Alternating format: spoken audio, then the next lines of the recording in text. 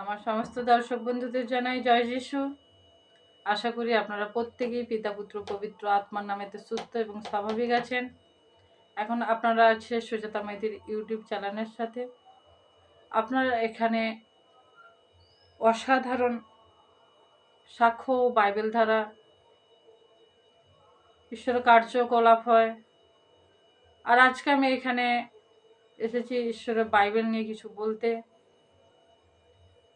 তো এখানে সাক্ষ্য পরমেশ্বর পিতা দেয়, আর আপনারাও কোনো অসুস্থতার জন্য প্রার্থনা নিতে পারেন। তো চলুন বন্ধুরা, এই মুহূর্তে আমরা বাক্যতে যাই। হিতোপদেশের 14-25 বাক্যতে যাব। যে সত্য বলে সে মানুষকে সাহায্য করে, আর যে মিথ্যে বলে সে অন্যদের আঘাত করে। সত্য বন্ধুরা, যদি আমাদের সত্যটা বাহির হয় তাতে কোনো সাজানো গুছানো থাকে না, কিন্তু যখন মিথ্যেটা হয় আমাদের সাজানো গুছানো থাকে। তো বন্ধুরা, আজকে মিথ্যে নয়, মিথ্যের আশ্রয় না, আমরা সত্য পথে আসবো, ঈশ্বরের পথে আসবো। হ্যাঁ, বলবো যে আমরা সত্য যিশুতে যাই। এই নয় আমরা এখানে যাচ্ছি, ওখানে যাচ্ছি, সেখানে যাচ্ছি, অজুহাত যেন না দিই। ঈশ্বরের রাজ্য সংকীর্ণ, তো সেই সংকীর্ণ দ্বারের জন্য আমরা যেন না মিথ্যে কথা বলি। আমরা সত্যই বলবো যে আমরা যিশুর পথে যাই, আমরা যিশুর কার্যকলাপ করি। তো এই জন্য পরমেশ্বর পিতা বলছে যে সত্য মানুষকে সাহায্য করে। আজকে আমরা একে অপরের প্রতি সাহায্য করব, হয়তো সেও না কোনো কষ্টের মাধ্যমে আছে, সেও না কোনো দুঃখের মাধ্যমে আছে। তাহলে বন্ধুরা, আমরা যেন না এমনটা করি, মিথ্যের আশ্রয় নিই। আমরা সে মানুষকে ভালোবেসে বলবো যে আমিও পরিত্রাণ পেয়েছি, তুমিও পরিত্রাণের জন্য যিশুতে এসো। যে প্রভুকে সম্মান করে সে সুরক্ষা পায় এবং তারা সন্তানেরও নিরাপদ থাকে। যে সত্য প্রভুকে ভালোবাসে বা প্রভুকে সে সম্মান করে, সত্যি সে ভালো থাকে। বন্ধুরা, সত্যি আমি আছি, তোমরাও থাকার জন্য যিশুতে মন দাও। সত্য বাইবেল পড়ো, বাইবেলের তথ্য থেকে নিয়ে আসো তোমাদের জীবন বদলে দেওয়ার জন্য যে বাক্য আছে। আমাদের ঈশ্বর জীবন বদলে দেয়, আমাদের ঈশ্বর আমাদের মন পরিবর্তন করে। হ্যাঁ বন্ধুরা, তো আজকে এই বাইবেলের তথ্য দিয়ে এটাই বলতে চাইবো যে তোমরা প্রভুকে সম্মান করো, প্রভুকে ভালোবাসো। তো প্রভুই তোমার সন্তানদের, তোমার পরিবারের সবাইকে সুস্থতার জীবন দেবে। হ্যাঁ বন্ধুরা, সত্য বাইবেলে আছে যে বাইবেল ঈশ্বর বাক্য জীবন্ত কার্য সাধক। প্রত্যেকটা সন্তানের জীবনে তেমনটাই কাজ হবে যে যতটা মন প্রাণ দিয়ে ঈশ্বরকে ভালোবাসতে পারবে। তো আজকে বন্ধুরা, আজকে এই বাক্যতে আছে না, সত্য যদি তুমি সম্মান দাও তোমার পরিবার সুখে থাকবে, তুমি সুখে থাকবে, তোমার স্বামী সন্তান সুখে থাকবে।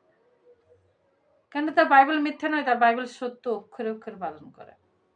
কিন্তু আমরা মিথ্যার আশ্রয় নেই, আমরা সত্য বলতে পারি না, আমাদের বিবেকে বাঁধে।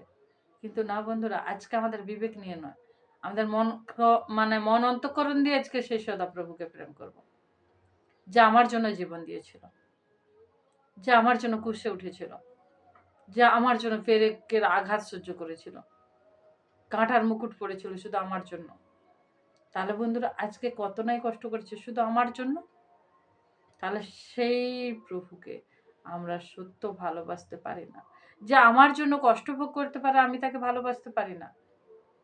তো বন্ধুরা, এই কারণে বলছে যে প্রভুর প্রতি সম্মান প্রদর্শন সত্য জীবন নিয়ে আসে। যদি সত্যি প্রভুর প্রতি তুমি ভালোবাসা প্রদর্শন করো, সত্য তোমার জীবন বদলে দেবে, সত্য তুমি জীবনে পাল্টে যাবে। সত্য আমার জীবনে তেমনটা হয়েছিল বন্ধুরা। আজকে তাই আমি ইউটিউব চ্যানেলে এসেছি পরমেশ্বর পিতার আলোচনা করতে, আজকে সত্য বাক্যটাকে দিতে, যে হ্যাঁ, আমার মতো তোমরাও যেন জীবন পাও। আমি জীবন পেয়েছি, আর একটা ভাই বোন যেন জীবন পায়, আর একটা সমস্যা থেকে প্রত্যেকটা পরিবার যেন পরিত্রাণ পায়। হ্যাঁ বন্ধুরা, সত্য তাই, আজকে এই যিশুতে জীবন পাওয়া যায়। এতে একটি ব্যক্তির জীবন মৃত্যুর ফাঁদ থেকে রক্ষা পায়। যত বড় বিপদ আসুক তা থেকে বন্ধুরা তোমরা উদ্ধার পাবেই যিশু নামে। তোমরা পরিত্রাণ পাবে যিশু নামে, যদি সত্য তোমরা মন প্রাণ দিয়ে আবার যিশুকে ডেকে রাখো। যিশুতে জীবন আছে, ওই জীবন জল আছে। আমাদের যতই জমি শুকনো হয়ে যাক না কেন, আমাদের শরীর মরুভূমি হয়ে যাক না কেন, কিন্তু আমার ঈশ্বরের জীবন্ত জলে আমার জীবন বাঁচিয়ে দেবে। হ্যাঁ বন্ধুরা, তাই আজকে ঈশ্বরের বাক্যতে আজকে আমাদের জীবন বদলে যায়। যিশুকে ডাকাতে আমার জীবন বদলে গেছে। তো বন্ধুরা, তোমরাও এসো, তোমাদেরও জীবন বদলাতে শুরু হবে। যদি কোনো রাজা অনেক মানুষকে শাসন করে তাহলে সে মহান, কিন্তু রাজার রাজ্য যদি কোনো মানুষ না থাকে তাহলে সেই রাজার কোনো মূল্যই থাকে না। হ্যাঁ বন্ধুরা, সত্য তাই। যদি সে রাজা রাজত্ব করছে কিন্তু তার রাজত্ব করার জন্য কোনো মানুষ নেই, তার পাশে কেউ নেই, তো সত্য কি বন্ধুরা সে রাজত্ব করতে পারবে? সেম বন্ধুরা, তোমার শরীর আছে, তোমার মন আছে, তোমার দেহ আছে, তুমি যদি বিছানায় থাকো বন্ধুরা, ভালো লাগবে নাকি বন্ধুরা? তো বন্ধু, যদি সত্য জীবন পেতে চাও, ওই বিছান থেকে উঠতে হবে, এই শরীরকে সুস্থ রাখতে হবে, এই দেহকে সুন্দর করতে হবে। তোমার প্রতি যতই ভালো মন্দ খাবার এনে দিক না কেন, এই জীবন না যদি ঠিক থাকে, ওই ভালো মন্দ খাবার তোমার মুখে রুচবে না। তাহলে বন্ধুরা, আজকে আমার এই জীবন যদি ঠিক থাকে, আরেকটা মানুষ আমাকে দেখবে। আর এই জীবন না যদি ঠিক থাকে, আমি যদি বিছানায় থাকি, তোমার ধারের পাশে কেউ আসবে না, কিন্তু একজন আসবেন, তিনি সেই ঈশ্বর যিশু প্রভুর দ্বারা স্বর্গদূত পাঠাবেন তোমাকে বিছানা থেকে তোলার জন্য, তোমাকে সুস্থ জীবন দেওয়ার জন্য। হ্যাঁ বন্ধুরা, আজকে আমরা সত্যই বাইবেলে এসেছি একটাই, আমরা নতুন জীবন পেয়েছি, নতুনভাবে বাঁচতে শিখেছি, আর নতুনভাবে বাঁচার জন্য সবাইকে বলতে এসেছি, যাতে প্রত্যেকটা মানুষ এই দেখে পরিত্রাণ পায়। আজকে সত্য আমরা কুয়ার মধ্যে পড়েছিলাম, সেই কুয়ার মধ্য থেকে আমাদের তুলেছে ঈশ্বর। আজকে সেই ঈশ্বর আমাদেরকে সৃষ্টি করেছিল, যিনি আজকে তার নিজের শ্বাসবায়ুতে আমাদের সৃষ্টি করেছিল। আজকে আমরা নতুন জীবনে পরিণত হয়েছি। কিন্তু বন্ধুরা, আগেও ছিলাম, কিন্তু আগে কি ছিলাম? শুধু এই দেহটা ছিল, মন ছিল না। এই মন কি ছিল? অসুস্থ হয়েছিল, সুস্থর জায়গায় ছিল না। তো আজকে সেই সুস্থ জায়গায় আনতে গেলে কি করতে হবে বন্ধুরা? আজকে আমার পিতা পুত্র পবিত্র আত্মা নামে ধন্যবাদ দিতে হবে। যিশু নামে পরিত্রাণ পাওয়ার জন্য শুধু ধন্যবাদ দিয়েই যথেষ্ট, আর কিছু প্রয়োজন নেই। তুমি ঠিকঠাক রূপে যদি যিশুকে ধন্যবাদ দিতে পারো, তাহলে তোমার জীবন বদলে যাবে। তো এই জন্য বন্ধুরা বলেছে না, ধৈর্যশীল একজন মানুষ ভীষণ সম্প্রীতি হয়, আর যে সহজে রেগে যায় সে তার মূর্খামির প্রমাণ দেয়। তাহলে বন্ধুরা এখানে কি বলছে?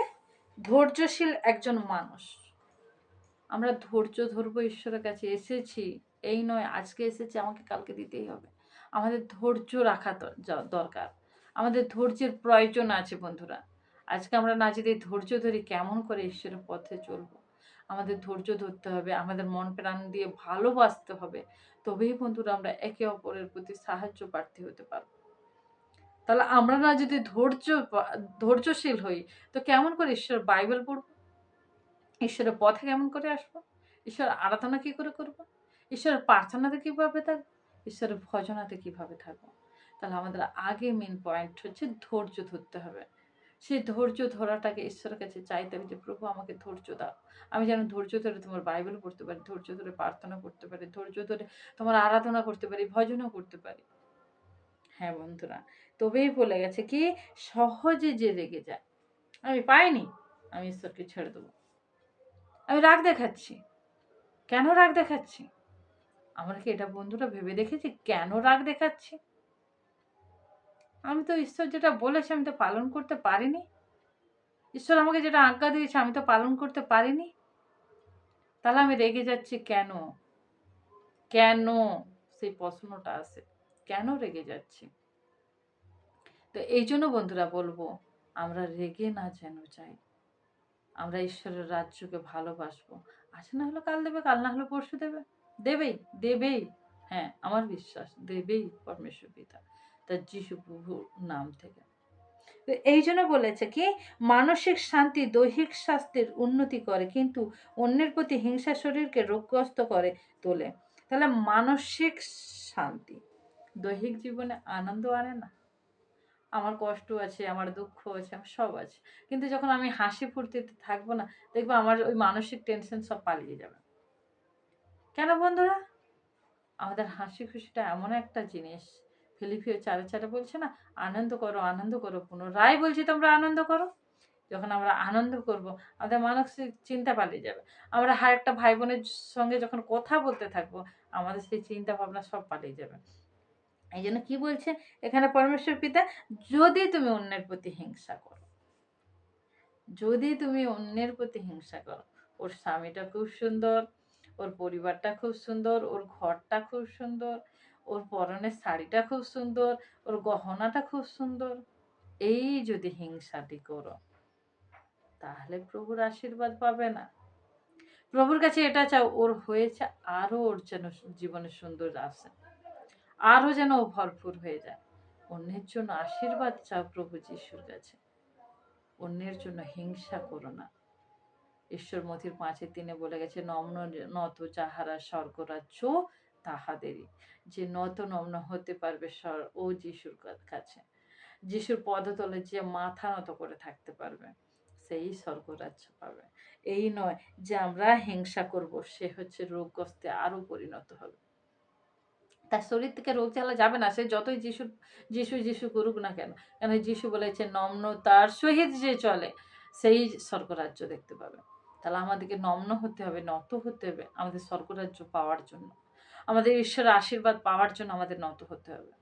তো বন্ধুরা, আজ থেকে হবো তো নত। আজ থেকে আমরা হিংসা ভুলে যাব, লোভ ভুলে যাব, লালসা ভুলে যাব।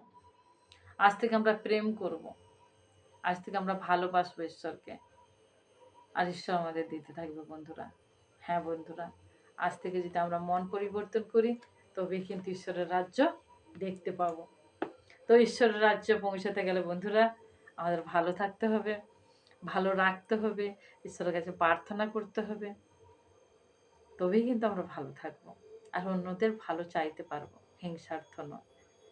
তো বন্ধুরা, দর্শক বন্ধু, আজকে এখানেই আমার বাক্য শেষ করলাম। সত্য যদি আপনাদের ভালো লেগে থাকে, তাহলে লাইক, কমেন্ট, শেয়ার করতে ভুলবেন না। আবারও সবাইকে জয় যিশু, আমেন।